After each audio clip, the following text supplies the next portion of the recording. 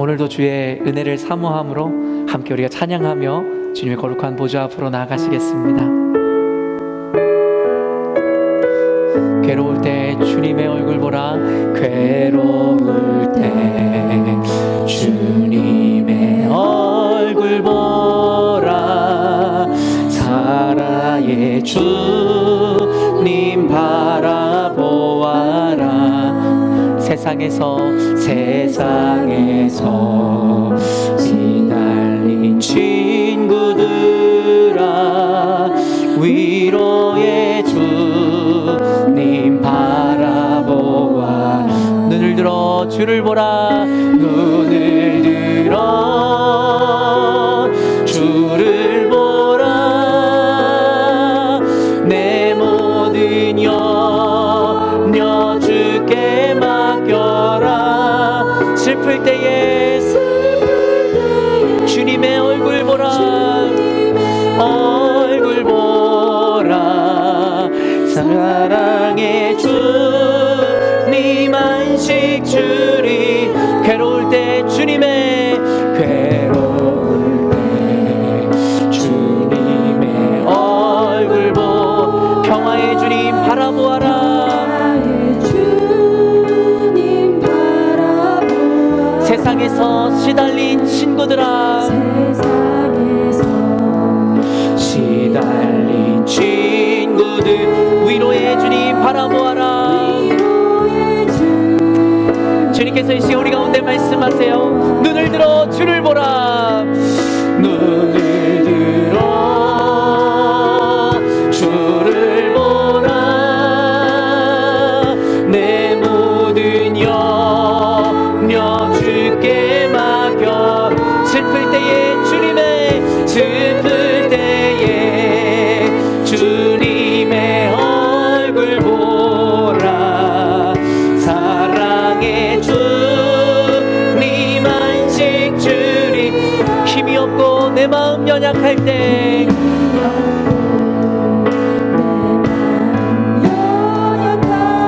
능력의 주님 바라보아라.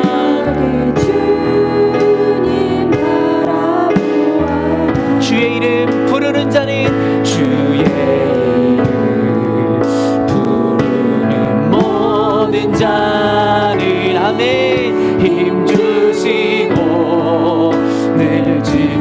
믿음으로 고백하며 나가십시다. 눈을 들어 할렐루야. 눈을 들어 주를 보라. 내 모든 염려 주께 맡겨라. 슬플 때에 주님의 얼굴 보라. 사랑의 주님 안식 주. 눈을 들어 주를 보라. 할렐루야. 눈을 들어 주를 보라. 내 모든 염려 주께 맡겨라. 아멘.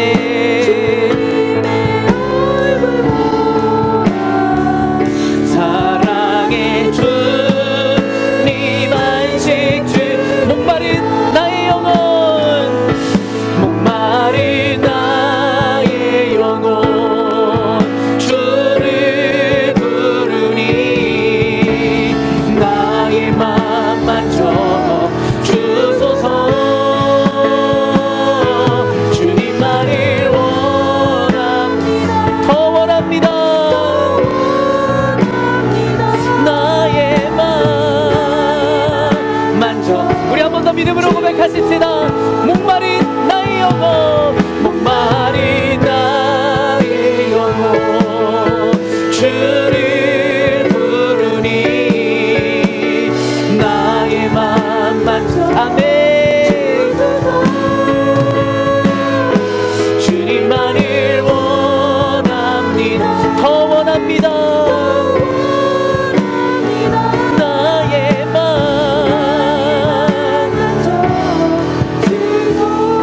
주께 가까이, 주께 가까이 날 이끄소서. 간절히 주님만을 원합니다. 채워주소서 주의 사랑을. 아멘. 진정한 찬양 드릴 수 있. 우리 한 번 더 믿음으로 주께 가까이 아멘. 간절히 주님만을 원합니다. 채워주소서 주의 사랑을. 아멘. 진정한 찬양 드릴 수 있도록 목마른 나의 주를 부르니 나의 마음.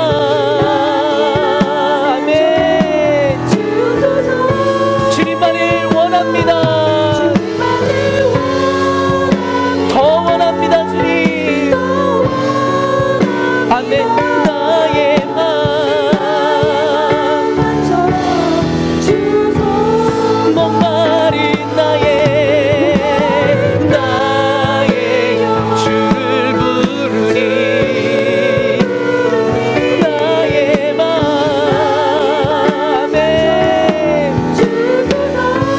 주님만을 원합니다. 더 원합니다 주님.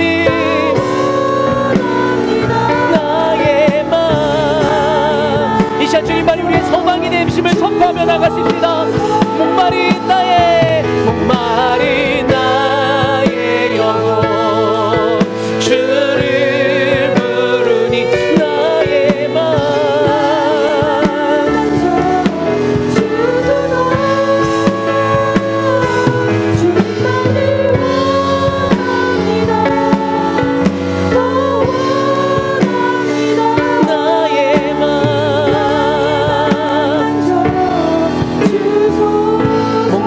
나의 목마른 나의 영혼 주를 부르니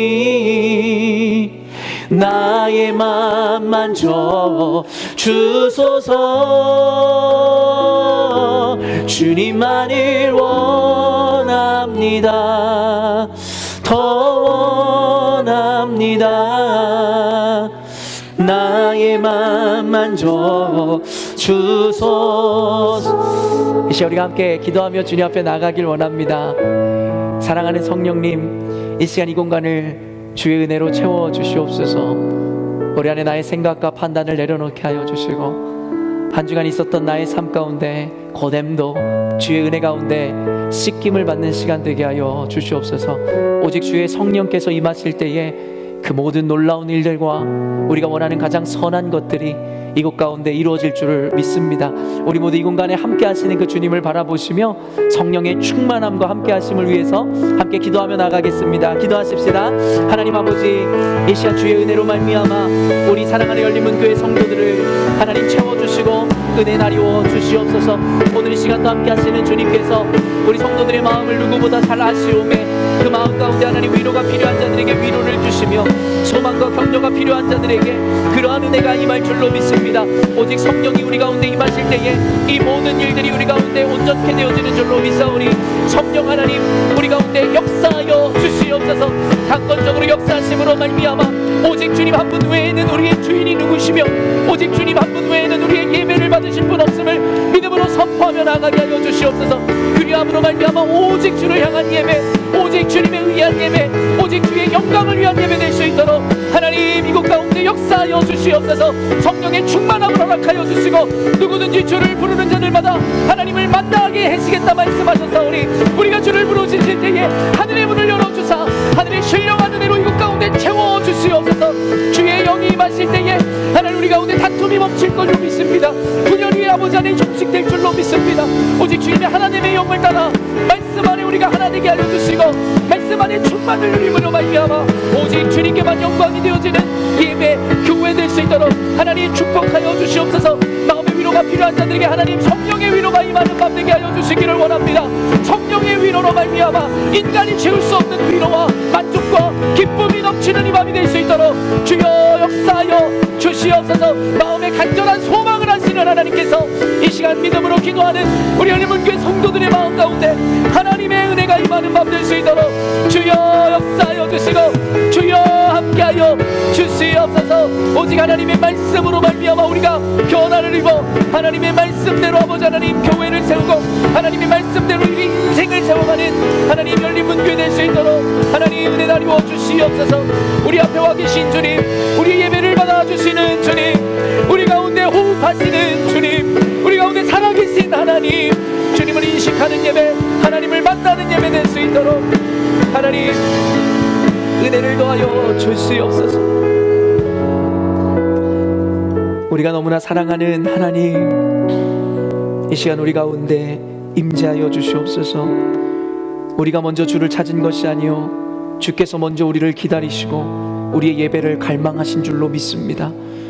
오직 주님의 기다리시는 이 성전 가운데 우리가 나왔사오니 하나님 아버지 은혜를 통하여 하나님 우리 가운데 하나님의 모습을 볼 수 있도록 하나님 축복하여 주시옵소서. 주의 영이 임할 때에 막힌 담이 허물어진다 말씀하셨습니다. 주의 영이 임할 때에 분열은 그치고 하나님의 하나됨의 은혜가 임한다 말씀하셨습니다. 각자가 가진 판단과 각자가 가진 아버지 하나님 생각들을 내려놓게 하여 주시고 오직 성령께서 이 시간 임하시고 우리를 인도하실 때에 성령의 인도하심만 민감하게 따라가는 우리 열린문교회 성도들 되게 하여 주시옵소서. 하나님의 말씀이 이곳 가운데 주어질 줄로 믿습니다.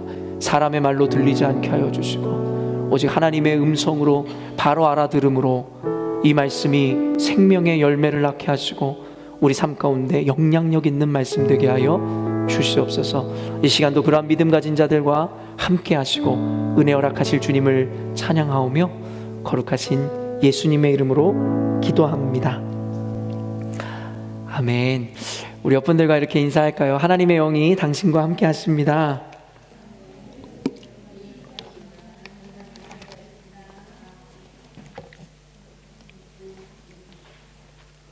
코람데오라는 말이 있잖아요. 라틴어로 하나님의 이 면전 앞에, 하나님의 얼굴 앞에라는 뜻인데 사실은 현대를 살아가는 우리 그리스도인들이 늘 코람데오의 신앙이 회복된다면 늘 하나님을 경외함으로 또 두렵고 떨림으로 또 주님의 영이 함께 하신다는 그 기쁨과 감격으로 우리가 하루하루를 기쁨으로 감사함으로 살아낼 수 있을 줄로 믿습니다. 주의 영이 이곳 가운데 이미 함께하고 계세요. 수요예배 모인 여러분들이 많다면 많고 적다면 적은 인원이지만 사실은 우리 한 사람 한 사람보다 더 크신 하나님께서 이 공간을 채우고 계심을 믿으십니까? 예배하는 이 순간에 주님께서 여러분 앞에 우리 옆에 계시다라는 그 임마누엘의 하나님을 여러분 기억하시므로 오늘도 주님과 함께 손잡으시고 하나님께 예배하는 시간 또 그의 음성을 직접적으로 청종하는 시간 되었으면 좋겠습니다. 이 시간 그런 믿음으로 하나님 말씀 보도록 하겠습니다. 주님이 오늘 우리에게 주시는 말씀은 요한복음 1장 1절로 18절 말씀입니다. 요한복음 1장 1절로 18절 말씀입니다.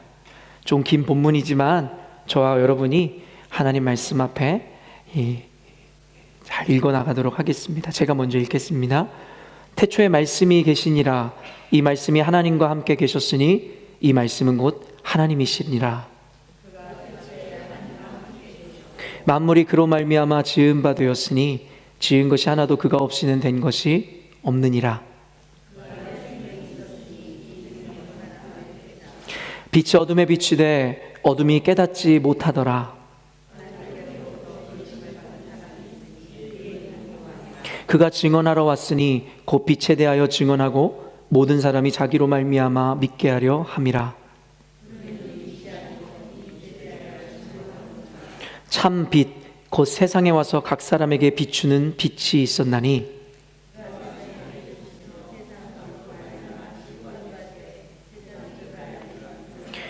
자기 땅에 오매 자기 백성이 영접하지 아니하였으나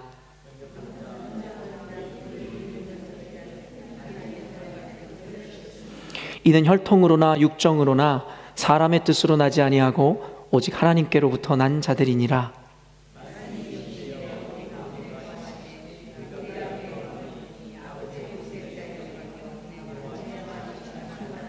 요한이 그에 대하여 증언하여 외쳐 이르되 내가 전에 말하기를 내 뒤에 오시는 이가 나보다 앞선 것은 나보다 먼저 계심이라 한 것이 이 사람을 가리킴이라 하니라.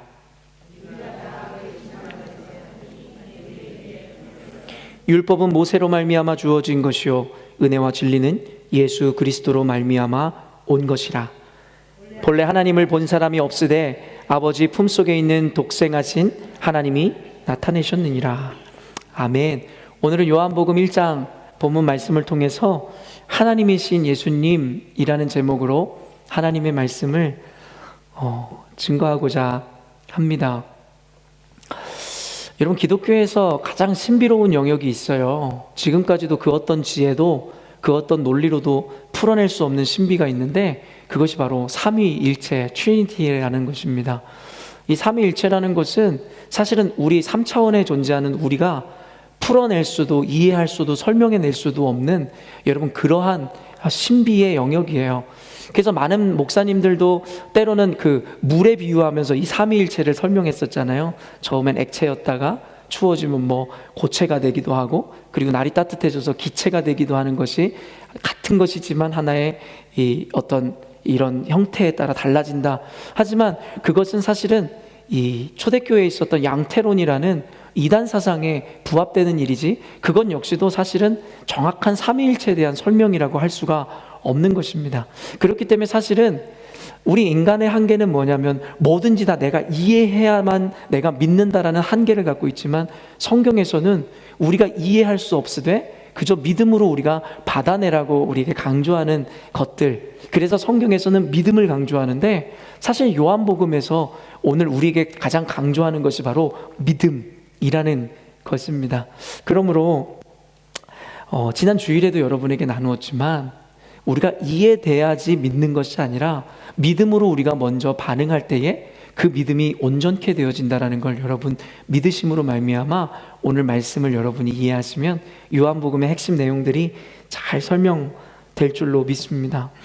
아까도 얘기한 그 삼위일체라는 것이 그렇게 놀라운 일인데요, 사실은 우리 안에 이 어떤 하나님의 그 위격을 우리가 더 깊이 경험했냐에 따라 사실은 우리 안에 그 삼위일체 하나님에 대해서 약간 차등을 두거나 불균형하게 인식하는 경향이 있습니다. 무슨 말이냐면 저는 사실은 하나님을 만날 때에 예수님의 그 은혜보다는 하나님 아버지의 사랑을 더 먼저 깊이 경험한 사람이에요. 그러다 보니까 저는 어떤 예수님의 그 은혜와 공로, 물론 너무나 값지고 감사하지만 저는 먼저 나를 사랑하시고 나를 불러주신 그 하나님의 은혜와 사랑, 그래서 참 하나님을 많이, 이 하나님 아버지의 사랑을 많이 노래하고 그를 찾았던 것 같아요. 그렇다면 상대적으로 저에게는 이 삼위 하나님 중에 가장 크게 느껴지는 그 은혜의 존재가 바로 하나님 아버지일 수 있다는 것이죠. 근데 여기서 말씀을 듣는 어떤 분들은 예수 그리스도의 십자가로 인해서 깊은 은혜를 경험하신 분들이 계시다면 그 하나님의 세 분의 위격 중에 그 예수 그리스도의 은혜가 마음에 더 깊이 와닿는 분이 계실 수도 있어요. 그리고 어떤 분들은 기도하는 가운데 성령의 체험, 그리고 성령님의 인도하심을 구체적으로 경험한 분들은 기도할 때나 늘 하나님 앞에 나아갈 때 그 성령 하나님을 바라보고 추구하고 갈망하는 분들도 많겠죠. 그러다 보니까 우리의 교단이든 경험한 것에 따라 세 분이신 하나님의 위격 가운데 우리에게 좀 더 도드라지고, 심지어는 그것이 그저 그런 것으로 끝나는 것이 아니라 혹시 하나님들 가운데서도 차등을 두는 잘못된 습관들도 생겨지기도 하더라는 거예요. 사실 한국 사회에서는 약간 무시되는 세 분의 위격 중에 한 분이 계세요. 누구실 것 같으세요? 성령님이에요. 그도 그럴 것이 이 하나의 한국의 기독교 문화 가운데 약간 성령을 강조하거나 성령의 은혜를 막 사모하면 장로교 백그라운드를 가진 우리 한국 교회에서는 그것을 신사도 운동이다, 아니면 무슨 신비주의다라고 약간 매도하던 경향들이 없지 않아 있었어요. 그러다 보니까 성령님에 대해서 관심을 갖거나 강조하기 시작하면 이단이라고 몰리기도 하고, 때로는 그것을 뭔가 이렇게 너무 맹신하고 광신하는 사람들로 매도되기도 하더라는 것입니다. 그러다 보니까 자연스럽게 한국의 이 교리 중에 제일 약한 게 성령론이에요. 그래서 하나님 아버지에 대하여 예수님에 대한 기독론이 너무나 잘 되어 있지만 성령님에 대한 성령론을 가르치는 교회들이 많지 않습니다. 그런데 우리가 분명해야 되는 것은 성경에서는 이 세 분의 위격이 동일한 분이심에 대해서 분명히 하세요. 아까 그런 문화적인 환경도 있지만 성령님을 예수님이 올라가시면서 뭐라고 말씀하셨어요? 보혜사라고 얘기하다 보니까 우리는 뭔가 서포터 그리고 헬퍼라고 하면은 뭔가 리더 다음에 있는 약간 이런 분으로 우리가 오해할 수 있는데 전혀 그렇지 않다라는 거예요. 세 분은 서로 보완하며 그 가운데 완벽한 존재로 존재하시는 분이시라는 거.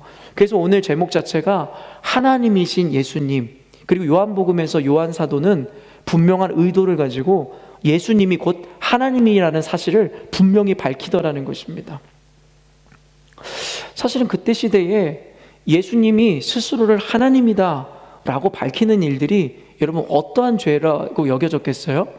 바로 신성모독이라고 여겨졌어요. 그게 우리가 알고 있듯이 예수님이 십자가에 못 박히시게 된 결정적인 그들의 근거와 이유가 뭐였어요? 바로 신성모독이라는 거예요. 유대인들은 여전히도 예수님을 메시아라고 이야기하지 않잖아요. 그들은 2000년 전에 이미 메시아이신 예수님이 오셨지만 지금도 메시아를 기다리고 있는 것이 바로 유대인들의 한계입니다. 그러다 보니까 그때 당시에 유대인들 앞에서 예수님이 내가 하나님이다 라고 표현하는 것을 보면서 사람들은 자신들이 생명을 걸고 따르는 그 하나님을 모욕한 것이더라고 여길 수밖에 없었다라는 것입니다. 근데 이따 말씀 본문에도 나오겠지만 참 재밌는 것은 예수님은 이미 2000년 전에 빛으로 우리 가운데 오셨는데 그 빛이 어둠에 비칠 때에 그 빛을 인식하고 주님 앞으로 돌아온 우리와 같은 사람이 있는가 하면 여전히 빛이 임하고 계심에도 불구하고 어둠이 그 빛을 깨닫지 못하더라는 것입니다. 사실 이것은 굉장히 좀 신비롭고 좀 안타까움을 우리들이 생각할 수밖에 없는 내용이겠죠. 요한복음은 다른 복음서들과는 다르게요, 저술한 목적을 분명히 하는 책입니다. 이 본서는요, 이 요한복음은 예수님이 메시아이심을 부인하는 이단 사상을 불식시키기 위해서 쓰여졌어요. 초대교회에는 여러분 많은 이단들이 들어오기 시작했어요. 지난주에도 얘기했지만 그 가운데 제일 큰 이단이 바로 영지주의 이단이었는데 그 외에도 수많은 종류의 이단들이 몰려왔다라는 거예요. 근데 지금 보면 이해가 안 될지 모르겠지만 생각해 보세요. 이 요한복음이 쓰여졌을 때는 AD 85년 정도라고 추정을 하는데 예수님이 태어나신 이후에 85년이 지났단 말이에요. 그러다 보니까 예수님이 30살까지 이 성인이 되시고 3년이라는 공생애를 통해서 33년이라는 세월을 머물다가 죽으시고 부활하시고 승천하셨잖아요. 그러면 그로 인해서 교회가 생겨난 이래 약 50년이라는 시간이 지난 거예요. 그러다 보니까 수많은 이단 사상들과 그 예수에 대한 다른 이야기들이 접목이 되면서 이단 사상들이 들어오기 시작했다라는 거예요. 근데 지금에 와서 우리가 감사할 것은 무엇이냐면 2000년이라는 세월 동안에 수많은 학자들이나 믿음의 선진들이 때로는 순교를 당하고 핍박과 고난 가운데 예수 그리스도에 대한 어떤 교리나 신학을 체계화시켰잖아요. 그래서 우리들은 너무 당연한 것 같지만 그들의 피와 눈물로 의해서 만들어진 조직적인 체계와 신앙적인 신앙관을 우리가 배워서 예수님을 보는 거예요. 근데 그때 당시에는 학문이 정립되지도 않았고 그 어떤 교리서도 존재하지 않았단 말이에요. 그래서 결국에는 요한이라는 사도가 요한복음이라는 걸 써서 그들에게 하나의 신학을, 교리를 보여주고자 알려주고자 했던 거라는 거예요. 그러니까 어떻게 보면 그들 안에 이단이 많았다라는 것은 너무나 당연한 일인지도 모르겠어요. 그들에게 분명히 가르쳐주는 지침서 하나도 없었기 때문입니다. 그렇기 때문에 현대의 신앙생활하는 우리들은 참 복을 받은 사람들일 거예요. 2000년이라는 긴 세월 동안에 잘 정리된 신학과 교리 안에서 체계적으로 신앙생활을 하니까요. 그래서 이단 사상을 불식시킨과 동시에 예수님이 하나님 그분 자체이심을 분명하게 나타내고 증명하고 싶었으며 또한 오직 하나님이신 예수 그리스도 안에 영생이 있고 오직 그를 통한 구원만이 존재한다라는 것을 변론하기 위해서, 변증하기 위해서 이 책이 쓰여졌습니다. 그래서 요한복음 20장 30절에서 31절 제가 한번 읽어드릴게요. 이게 바로 요한복음의 목적이라고 저자가 밝힌 이유입니다. 예수께서 제자들 앞에서 이 책에 기록되지 아니한 다른 표적도 많이 행하셨으나 오직 이것을 기록함은 너희로 예수께서 하나님의 아들 그리스도이심을 믿게 하려 하며 또 너희로 믿고 그 이름을 힘입어 생명을 얻게 하려 함이니라. 분명하게 목적을 이렇게 밝히고 있다라는 거예요. 예수님이 하나님이시라는 것을 분명하게 하기 위함. 그 당시에 하나님의 신성을 부정하던 이단들에 대해서 전면적으로 변증하는 것이고, 그리고 구원을 받기 위해서는 너희들이 갖고 있는 전통이라든가 사상을 통해서 구원을 얻는 것이 아니라 오직 예수님 안에만 생명이 있음을 분명하게 증거하더라는 것입니다. 그래서 이것이 바로 요한복음이 쓰여진 목적인 것입니다. 그래서 요한복음에는요, 예수님이 하나님의 아들, 하나님이라는 것을 분명히 증명하기 위해서 요한복음에 많이 쓰여져 있는 내용들이 어떤 것들이라 그랬죠? 바로 이적과 기사라는 거예요. 근데 사실은 엄밀히 얘기하면 1장부터 12장까지 참 많은 기적의 내용들이 담겨 있는데 우리는 이것을 이적이라고 이야기하지 않아요. 기적이라고 이야기하지 않고 조금만 더 이 상세한 어떤 표현으로 뭐라고 이것을 표현할까요? 이적과 기사가 아니라 표적이라고 얘기하는 거죠. 표적이라는 것을 우리가 뭐라고 이야기하면 되죠? 사인이라고 이야기하잖아요. 그래서 이 표적을 통해서 이 기적의 목적은 예수님이 누군지에 대한 분명한 표징을 우리에게 주기 위해서 이 기적들을 나열했다라고 우리가 알면 된다라는 것입니다. 아까도 이야기했지만 요한복음의 중심 주제는 믿음입니다. 방금 여러분들에게 요한복음의 목적이 이거다라고 나열한 그곳에도 이 믿음에 대한 표현이 두 번이나 등장하게 되는 것이죠. 그래서 결국에는 다른 공간복음에는 등장하지 않은 이 표적에 대한 기사들을 기록함으로써 사람들에게 믿음을 요청하고 요구하고 있다라는 것입니다. 요한복음에는요, 공간복음에서 등장하지 않는 이야기들이 많이 등장하고 있는데요, 그 대표적인 것이 뭐냐면 가나의 혼인잔치라든가, 그리고 니고데모와의 대화, 우리가 잘 알고 있잖아요. 그리고 사마리아 여인과의 대화, 죽었던 나사로를 살렸던 장면, 그리고 제자들의 발을 씻기는 장면, 그리고 14, 17장에 나오는 여러 강화들, 그리고 도마, 안드레, 빌립, 유다 등에 대한 개인에 대한 정보들이 많이 수록되어 있습니다. 그래서 공간복음에서는 보지 못했었던 특별한 내용들을 요한복음에서 우리가 많이 발견할 수 있게 되더라는 거예요. 그리고 아까도 얘기했지만 1장에서 12장까지는 그 표징들을 많이 표적들을 보여주고 있는데, 그 중에 한 7가지가 나오는데, 물을 포도주로 변화시켰던 일이나 왕의 신하의 아들을 고쳤던 사건, 그리고 38년 된 병자를 고쳤던 것, 무리를 먹이신 것, 그리고 물 위를 걸으신 것, 그리고 맹인이 눈을 뜨게 하셨던 것, 그리고 마지막으로 나사로를 살렸던 이야기입니다. 이런 기적들을 통해서 사도 요한이 의도했던 것은 바로 예수님이 곧 하나님이시라는 것에 대해서, 불가능한 일을 행하시는 분이시라는 것들에 대해서 증명하고자 했더라는 것이에요. 그러면서 사도 요한은 자연스럽게 이런 표적을 통해서 우리에게 믿음을 강조하고 있는데, 다른 공간복음이랑은 다르게 이 요한복음에는 이 믿는다라는 동사가 98번 등장합니다. 근데 참 재밌는 것은 다른 이 공간복음에는 한 10번 내외 남짓한 이 믿음이라는 단어가 표현되는데, 요한복음에는 98번이라는 다른 공간복음이랑 비교되지 않는 많은 숫자의 믿음을 강조하고 있어요. 근데 특별히 그 중에서 믿음이라는 명사가 많이 나오지 않고 동사로서의 믿는다라는 표현이 많이 나오는데, 이 믿음이라는 건 수동적인 것이 아니라 능동적이고 내가 믿음으로 하나님께 나아가야 된다라는 것을 강조하고 있다라고 학자들은 이야기합니다. 그렇기 때문에 이 사도 요한이 우리에게 요청하는 그 믿음이라는 것은 너희들이 믿어지기 때문에 나가기 이전에 너희가 믿음으로 능동적으로 하나님 앞에 나아가라고 우리들에게 강조하고 있다라는 것이에요. 이 요한복음의 수신자는요, 유대인 혹은 유대 개종자들이라고 이야기합니다. 그도 그럴 것이 이 신약 성경 중에 구약을 가장 폭넓게 그리고 가장 많은 암시들을 그 안에 둠으로써 이 수신자들에게 그 사도 요한의 의도를 전하고 있거든요. 근데 지금까지 사복음서를 우리가 보았지만 수신자가 누구냐에 따라 그들에게 복음을 전하는 방법들을 달리하잖아요. 그래서 유대인들이 수신자였던 그 마태복음에서는 어때요? 족보들을 나열하고 구약의 어떤 문화들을 소개했었잖아요.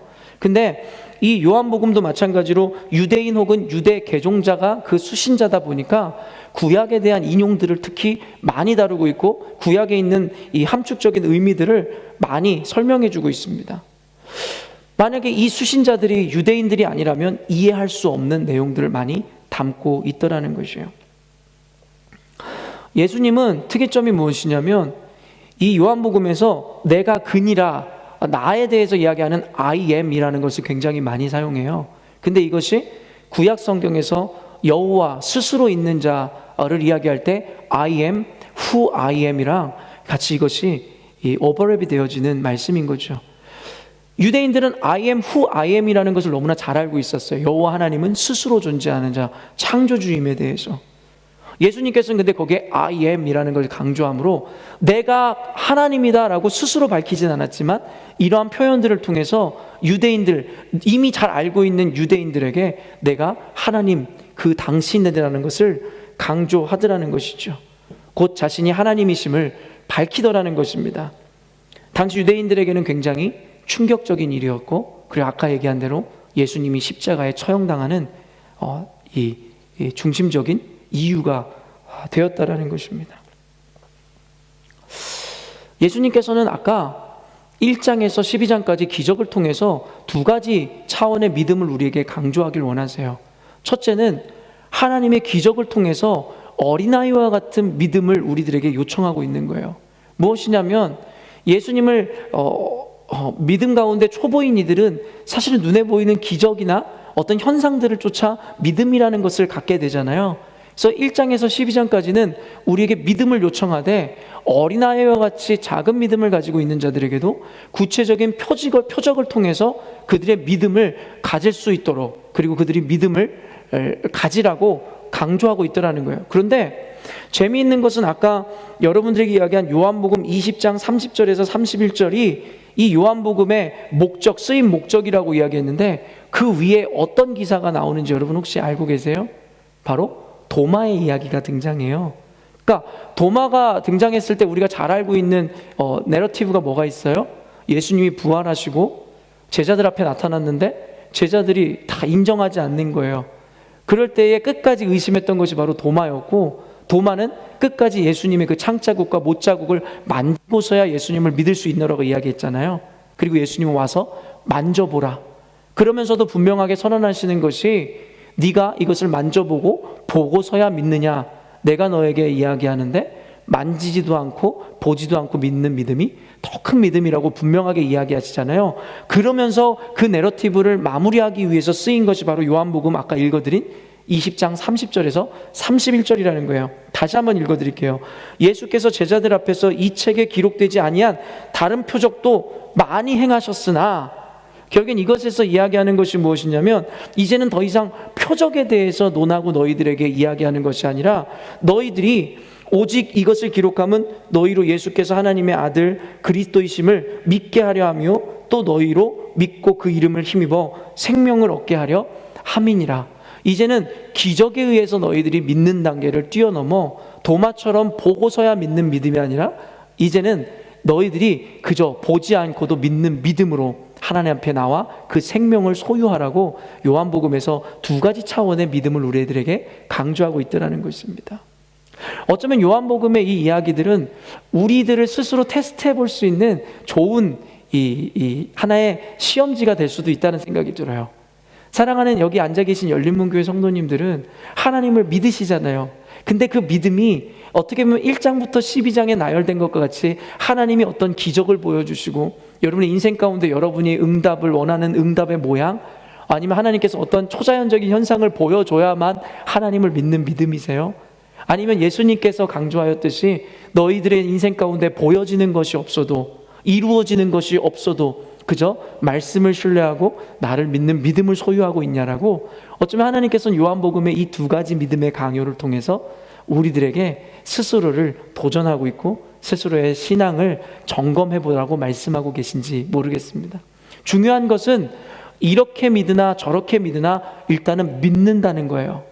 그것이 중요해요. 그러나 분명한 것은 보고 믿는 것보다 보지 않고 믿는 믿음을 더 큰 믿음이라 예수님께서 강조하셨듯이, 우리가 혹시 내 삶 가운데 이루어지는 기적이나 어떠한 것으로 인해서 믿는 믿음, 그것에 의해서 우리 신앙이 좌지우지하고 있는 신앙을 지금 갖고 계시다면 이제는 결과를 뛰어넘어 우리 가운데 어떤 결과가 주어지지 않아도 오직 하나님 말씀으로 주님을 붙잡고 믿고 신뢰하는 믿음으로 나아오라고 신앙의 성숙과 성장을 주님께서 우리들에게 요구하고 계시더라는 것입니다. 1절 말씀 한번 띄워주실 수 있나요? 오늘 1절 말씀 한번 읽어보겠습니다. 읽습니다. 시작.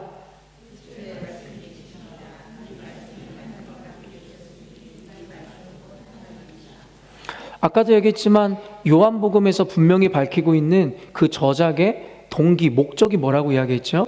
첫째, 예수님이 하나님이심을 밝히고자 했던 거예요. 그때 당시에 예수님의 신성을 부정하는 이단들에게 선언하고 싶으셨던 거죠. 그리고 두 번째가 뭐였어요? 오직 그 안에 생명이 있음을 분명히 하므로 오직 예수로만 말미암아 구원에 이를 수 있다라는 것, 두 가지 강조점이 요한복음이 쓰여진 목적이라 이야기했어요. 여러분, 태초에라는 말을 우리가 들으면 제일 생각나는 성경 구절이 뭐죠? 창세기 1장 1절이라는 거예요. 근데 이 태초에 in the beginning 이라는 이 말은요, 결국에는 창세기 1장 1절에 창조주이신 하나님을 연상시킴과 동시에 뭐라요? 예수 그리스도께서는 이미 신성과 그리고 초시간적인 영원성을 소유한 분이라는 것을 강조하더라는 거예요. 이 사도 요한은 분명한 의도에 의해서 예수님과 하나님을 동일선상에 두기 위해서, 유대인들에게 강조하기 위해서 in the beginning, 태초에라는 말을 의도적으로 가지고 왔다라는 거예요. 그러면서 2절 말씀도 한번 띄워주실래요? 한 번 더 강조하며 이렇게 이야기합니다. 읽습니다. 시작. 학자들이 이야기하는 것은 무엇이냐면 이 함께라는 이 with이라는 전치사는요, 여러분, 하나님과 예수님이 동등하다라는 표현을, 그 개념을 우리에게 상기시키고 그리고 그분들의 연합됨에 대해서 이야기하는 동시에 구별된 다른 주체라는 두 가지 함축적 의미를 갖고 있다라는 거예요. 그러니까 with라는 건 하나님이 함께 하셨다라는 것, 그럼에도 불구하고 분리된 분이라는 것에 대해서 강조하는 말씀이다라고 이야기하더라는 거죠. 그리고 3절 한번 읽어볼까요?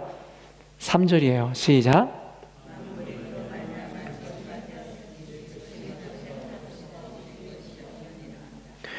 사실은 많은 목회자들이 그 예수님의 세 분의 위격을 이야기하면서 세 분의 어떤 목적과 행하는 일들이 다르다라는 것을 늘 강조해 왔어요.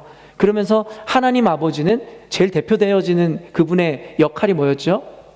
크리에이터, 창조주라고 우리는 많이 알고 계시고, 예수 그리스도는 메시아, 구원자라는 생각, 그리고 성령님은 우리를 돕고 인도하시는 분이라는 생각을 많이 했는데, 이 요한복음에서는 예수님 당신께서 곧 창조주시라는 것을 강조하고자 했어요. 그래서 in the beginning이라는 표현을 썼을 뿐만 아니라 하나님이 태초에 창조하실 때 그와 함께라는 with라는 말을 쓰기도 했고요. 그리고 3절에는 구체적으로 직설적으로 이렇게 표현하잖아요. 만물이 그로 말미암아 지은 바 되었으니 지은 것이 하나도 그가 없이는 된 것이 없다라는 거예요. 그러니까 예수 그리스도께서 창조주 그분이셨음에 대해서 유대인들에게 분명하게 선언하고 있다라는 것이죠. 한 번도 예수님이 스스로를 하나님이고 창조주라고 스스로 밝히진 않았지만 이러한 사도 요한의 의도에 의해서 예수님이 하나님이었음을 분명하게 밝히더라는 것이죠. 그러면서 4절 말씀을 한번 읽어보면 좋겠습니다. 4절 말씀이에요. 함께 읽겠습니다. 시작.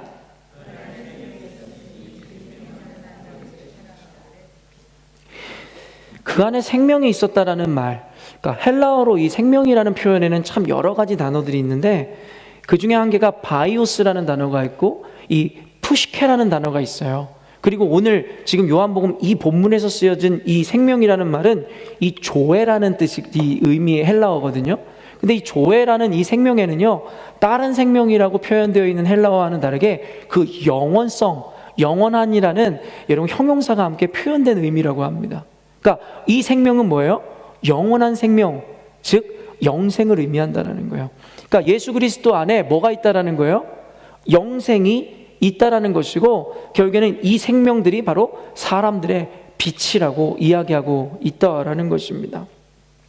그러므로 아까도 얘기했지만 사도 요한이 이 요한복음을 쓴 목적이 뭐라고요? 첫째, 예수님은 이퀄 하나님 창조주라는 것과 두 번째, 오직 예수 안에 생명이 있음을 증명하길 원한다 했잖아요. 그래서 1장부터 오직 예수 안에 영생이 들어있다는 것을 분명하게 이야기하더라는 것입니다. 그러면서 이야기하는 것이 뭐예요? 요한복음 1장을 강해하면 참 할 말이 많은데 요한복음에서 특히 많이 등장하는 단어가 뭐냐면 이 빛이라는 단어예요. 그리고 어둠이라는 단어예요. 니고데모가 어둠 가운데 예수님을 찾아왔다라는 그 표현에서만도 신학자들은 수많은 어떤 이 주석들을 달아놓아요. 어둠의 니고데모가 예수를 찾아왔다라는 것이 그가 가지고 있는 영적 상태를 의미한다라고 이야기하죠. 그만큼 요한복음에서는 빛과 어둠이라는 것을 극명하게 대조함으로 사람의 상태, 영적인 상태까지도 이야기한다라고 합니다. 그렇다면 우리가 아까 얘기했지만 빛은 누구세요? 예수 그리스도시고, 여러분 또 아까 빛은 뭐라고 이야기했어요? 생명이라고 얘기했다라는 거예요. 그러면 어둠이라는 것은 구체적으로 뭐를 요한복음에서 이야기할까요? 네, 죽음이고 악한 존재이고 결국엔 사단의 세력이라고 이야기할 수 있다라는 거예요. 죽을 수밖에 없었고 어둠 가운데 있었던 인간들에게 예수 그리스도께서 영생의 빛을 가지고 그들에게 비춰 주셨다라는 것이에요. 그런데 5절 말씀 한번 읽어볼까요? 오늘 5절 말씀 읽어주세요. 시작. 요한복음에서는 사실은 그 상황과 현실에 대해서도 분명하게 설명해 주고 있어요. 예수께서 빛을 가지고 생명을 가지고 영생을 주기 위해서 어둠 가운데로 내려오셨는데 빛이 오셨음에도 불구하고 어둠들이 그것을 깨닫지 못하더라는 거예요. 사실은 이것은 우리들에게 시사하는 바가 굉장히 크더라는 거죠.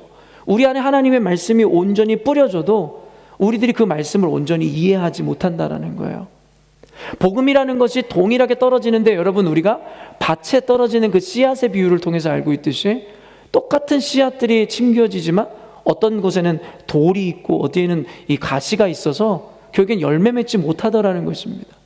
어쩌면 그 비유에도 마찬가지로 빛이신 예수님께서 우리 가운데 말씀으로 임하셨음에도 불구하고 우리가 그 말씀이신 예수님을 이해하지도 못하고 깨닫지도 못함으로 도리어 예수님을 대적함으로 십자가에 못 박아 죽이더라는 것입니다.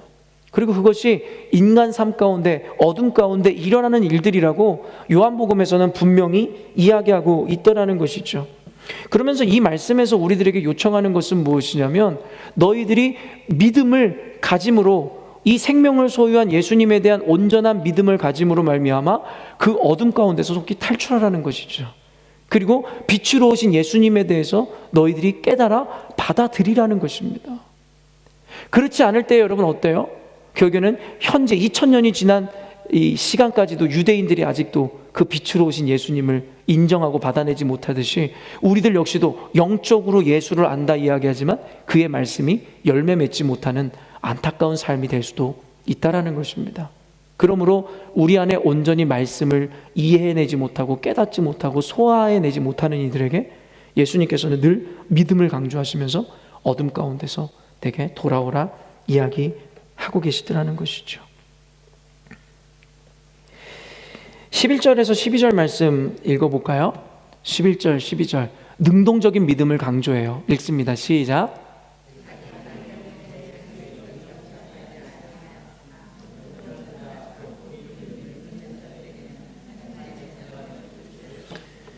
예수님이 자기 땅에 오셨는데 이 자기 땅에 이 자기 백성들이 영접하지 아니했다는 거예요. 여기서 여러분 자기라는 말이 얼마나 두 번이나 등장해요.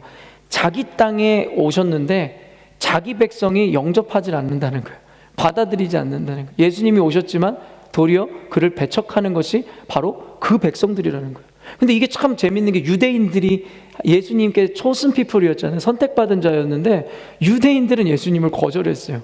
그러니까 유대인들을 위해서 예수님이 오셨고 그 땅에 먼저 오셨는데 재밌게도 유대인 당신들은 예수님을 거절하였고 이방인 여러분 우리들이 예수님을 더 신뢰하고 믿고 따라가더라는 것입니다. 그러면서 결국엔 이야기하는 게 영접하는 자 곧 그 이름을 믿는 자들에게는 하나님의 자녀가 되는 권세를 주셨으니 여러분 우리에게 요청하는 게 뭐예요? 영접하라는 거예요. 그 이름을 믿으라는 것입니다. 이런 믿음이라는 것을 여기서 우리에게 능동적으로 아까 제가 요청하고 있다라고 이야기했잖아요. 믿어지는 것, 예를 들어 이 하늘에서 감이 떨어지길 때까지 입을 벌리고 기다리는 것이 아니라 우리가 믿음으로 주님 앞에 능동적으로 나아가 그분을 영접해야 될 것을 말씀하세요. 여러분 요한복음에 보면요, 요한계시록에 보면요, 예수님께서 말씀하시잖아요. 내가 문 밖에 서서 두드리노니 누구든지 내 음성을 듣고 문을 열면 내가 그에게 들어가 그와 더불어 먹고 마신다고 이야기하더라는 거예요. 여러분 늘 우리가 이야기하지만 주님은 인격이세요. 강제로 우리의 삶을 휘집어 파면서 우리가 믿지 않고 우리가 마음을 열지 않는데 강제로 마음의 문을 열고 들어오는 분이 아니라는 것입니다. 우리가 그 말씀이 동일하게 주어지는데 아까 빛이 어둠에 비쳤는데도 어둠이 깨닫지 못하고 거절하고 이스라엘 백성들이 주를 내치듯이 그러한 자들은 주님을 그 은혜를 구원을 경험할 수 없다라고 이야기하는 거예요. 그러면서 우리들에게 요청하는 게 뭐예요? 마음을 열으라는 것입니다. 마음을 꽁꽁 싸매고 말씀을 배척하고 하나님의 진리를 거절하지 마시고 마음을 잠고 있는 그 빗장을 푸시고 마음을 여는 순간 하나님의 말씀이 그리고 하나님의 영이 우리 가운데 들어와 우리와 더불어 먹고 마시고 우리들에게 하나님의 자녀되는 권세를 주시겠다라고 말씀하고 계시더라는 거예요. 그럼에도 불구하고 13절에 뭐라고 이야기합니까? 13절 한번 띄워주실래요? 시작.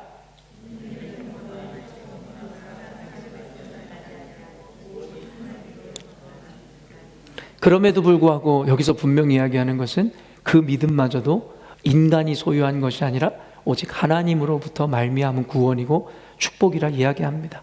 사실은 요한복음 이 1장은 참 깊고 심오한 이야기를 하고 있는데 사실은 참 어렵기도 하고 복잡한 말씀이에요.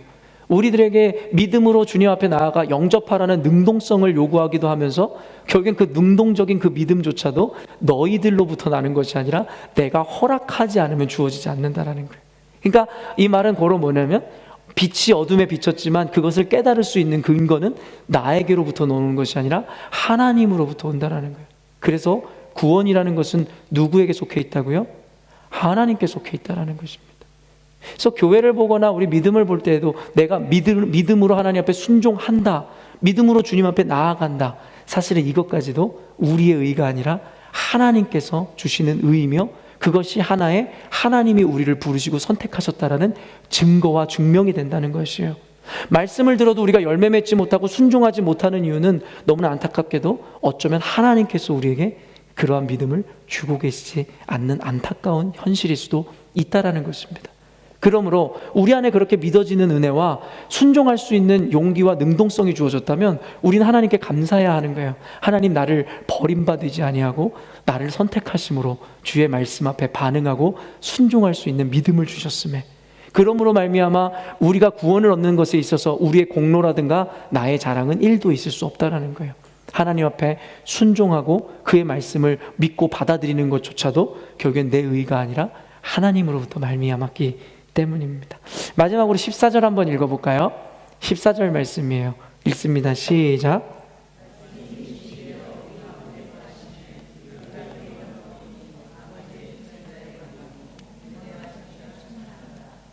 결국엔 이게 뭐예요? 한마디로 우리가 한 단어로 하면 성육신이잖아요. 예수님께서는 하나님이신과 동시에 그리고 인간의 몸을 입고 이 땅에 오신 완전한 하나님이시면서 완전한 인간이었다. 이것이 그러니까 이것도 역시도 인간의 말로 풀어낼 수 없는 삼위일체와 같은 거예요. 어떻게 하나님인데 그러니까 fully divine nature라 그러잖아요. 하나님 완전한 하나님 신성을 가졌는데 또한 완전한 어떤 human nature를 가졌다. 그러니까 우리는 죽었다 깨어나도 이해할 수 없고 이건 어떻게 해야 돼요? 그냥 믿고 받아들여야 되는 영역이에요. 그렇기 때문에 우리가 너무 로직과 논리와 합리를 주장하는 시대를 살아가고 있지만 우리가 로직과 합리로 이해하려고 하면 하나님의 나라를 볼 수도 없고 하나님의 이런 신비를 받아낼 수도 없다라는 거예요. 이것은 오직 믿음으로만이 받아낼 수 있다라는 거예요. 그때 당시에 여러분 영지주의라는 아까 대표 이단들이 이야기하는 것이 뭐예요? 결국에는 육신이라는 것, 육체라는 것을 되게 더럽고 이 죄로 보거든요. 그렇기 때문에 지난 주일날도 얘기했지만 구약의 창조주이신 하나님을 저급한 신이라고 이야기하는 이유가 육신을 만들었기 때문이라는 것이 영지주의자들의 사상이에요. 그리고 신약시대에 예수님이 오셨음에도 불구하고 그 예수님의 육을 부정하고 예수님은 영의 존재고 완전한 존재인데 육체로 보이는 것을 입고 우리들에게 그냥 어떻게 페이크처럼 오셨다라는 거예요. 그것은 완전히 이단 사상이죠. 완전한 구원을 망가뜨리는 것이죠. 그래서 영지주의자들이 외쳤던 것이 구약과 신약의 단절성, 지금의 세대주의자들이 하는 것처럼 구약은 우리들에게 의미가 없다, 이미 끝났다, 이렇게 얘기했던 것들이 바로 영지주의자들이었다라는 거예요. 그래서 그 영지주의 사상에 대해서 그들은 이 육체를 부정하고 어떤 이 영적인 것이고 정신적인 것을 강조하다 보니 사도 요한은 여러분 여기서 분명한 의미를 분명하게 그들에게 전달해 줬던 것이 뭐냐면 말씀이신 하나님이 육신을 입고 이 땅에 오셨다라는 것. 그래서 영지주의 이단자들에 대해서 분명하게 변론하고자 했었던 것. 그래서 하나님, 예수님은 완전한 크리에이터, 하나님이고 창조주인과 동시에 완전한 인간의 옷을 입고 우리를 구원하기 위해 이 땅에 오신 성육신하신 하나님이라는 것에 대해서 분명하게 강조하길 원했다라는 거예요. 14절 말씀 방금 읽은 것처럼 말씀이 누구라고요? 예수님이고 예수님이 하나님이고 하나님이 곧 말씀이라고. 그래서 in the beginning 하나님의 말씀이 태초부터 계셨다라는 것. 그 말씀이 예수님이고 또 예수님이 여기에 표현대로는 빛이시고. 그러니까 여기에 요한복음에 표현되어진 이 모든 것들이 예수님을 표현하는 단어인데 그 말씀이 하나님이 육신이 되어 우리 가운데 거하신다라는 것. 우리를 구원하시기 위해 이 땅 가운데 육을 입고 오셨다라는 것. 그래서 제가 오늘은 자세하게 풀어드릴 수는 없지만 그 문화권에 있었던 사람들의 이 이해에는 이 로고스라는 것이 바로 그 사람들에게 하나의 이 전달, 이 실제적인 어떤 전달의 도구가 되어서 사람들이 이해할 수 있는 영역으로 하나님이 실제하는 인간에게 전달하는 전달자로서의 역할을 감당한다라고 표현하는데요.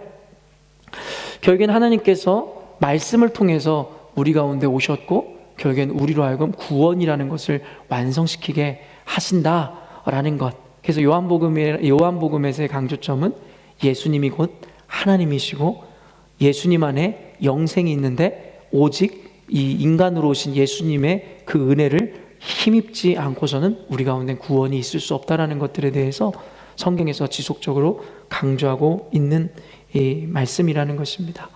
결론을 좀 맺었으면 좋겠어요. 저는 개인적으로 요한복음에서의 그 주제, 그 믿음을 우리들에게 요청한다라는 것 참 마음에 와닿습니다. 그러면서도 그 믿음이라는 것은 우리 스스로가 소유할 수 없는 것. 예수님께서 육을 입고 이 땅에 오시고 또한 우리들에게 아까 로고스, 성경 말씀을 통해서 우리들에게 구체적으로 나타냄을 보여주심에도 불구하고 어둠에 있는 이들은 그 말씀을 온전히 이해하지 못함으로 말미암아 말씀이 우리 가운데 주어졌음에도 우리는 계속해서 그 말씀을 대적하고 하나님이랑 다르게 살아가더라는 거예요. 이것이 바로 세대주의자들, 그리고 세속주의자들, 혼합주의자들, 인본주의자들, 이런 이들을 이야기하는 거예요. 그들은 자신이 갖고 있는 정의로 인해서 빛으로 오신 예수님을 끊임없이 밀어내고 거절하더라는 것이에요. 그리고 그들의 결말에는 구원이 허락되지 않는다라고 성경에서는 단호하게 이야기하는 것이겠죠. 그래서 사랑하는 열린문교회 성도 여러분, 저는 우리 열린문교회 성도들이 하나님 앞에 모두 구원을 힘입고 선택받은 백성이라 믿습니다. 하지만 그 믿음 안에서도 우리 스스로를 점검하길 원하는 것은 하나님의 말씀, 로고스, 육을 입고 예수님께서 이 땅에 오셔서 우리 가운데 하나님의 진리를 증거할 때에 우리 스스로가 하나님의 말씀을 판단하고 하나님의 말씀을 밀어내고 우리 스스로가 하나님의 말씀보다 위에 있노라고 생각한다면 속히 그 자리에서 돌이키셔야 된다는 거예요. 그리고 오직 하나님 말씀 앞에 내 의지를 꺾고 오직 하나님 가신 길, 예수님이 말 가르치신 그 길을 따라갈 때에 우리 가운데 영원한 구원이 허락될 거라는 것. 그래서 말씀 가운데 분명하게 우리에게 이렇게 말씀하시는 말씀을 통해서 우리 열린문교회 성도님들 또는 여기 앉아 계신 여러분들이 하나님이 주시는 그 은혜와 말씀을 온전히 깨달아 하시기를 주님의 이름으로 축원합니다. 기도하겠습니다.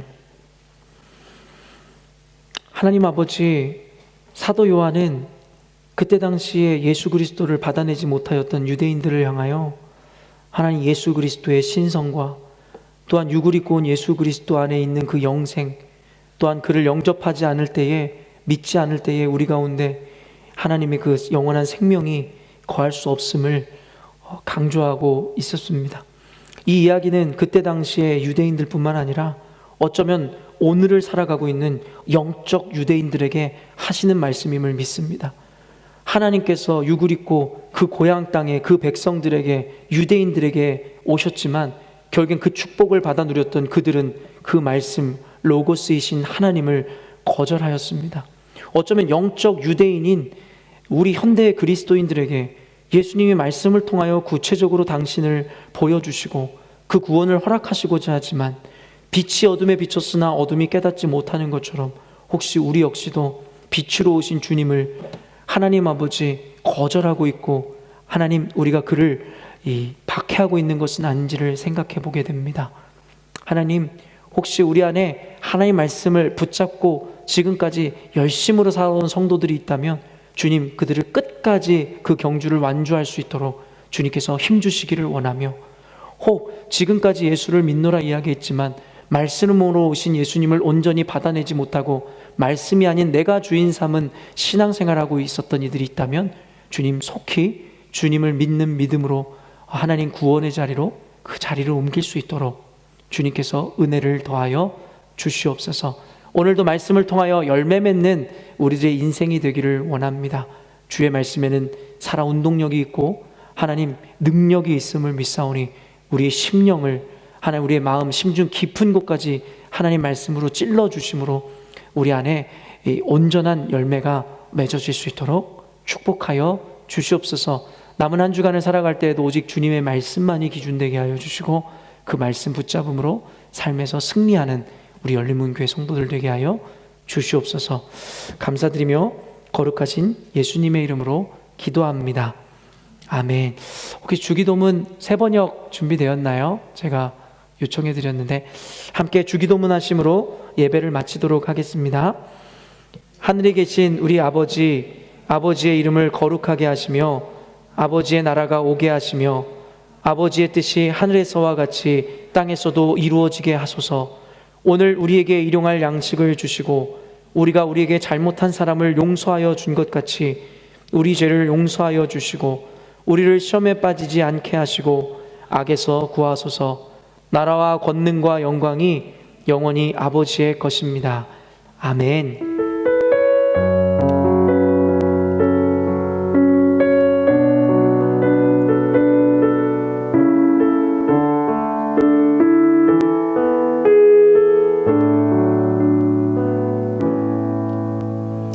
이것으로 열린문교회 수예배를 모두 마치도록 하겠습니다. 남은 한 주간도 말씀 가운데 승리하시기를 바랍니다.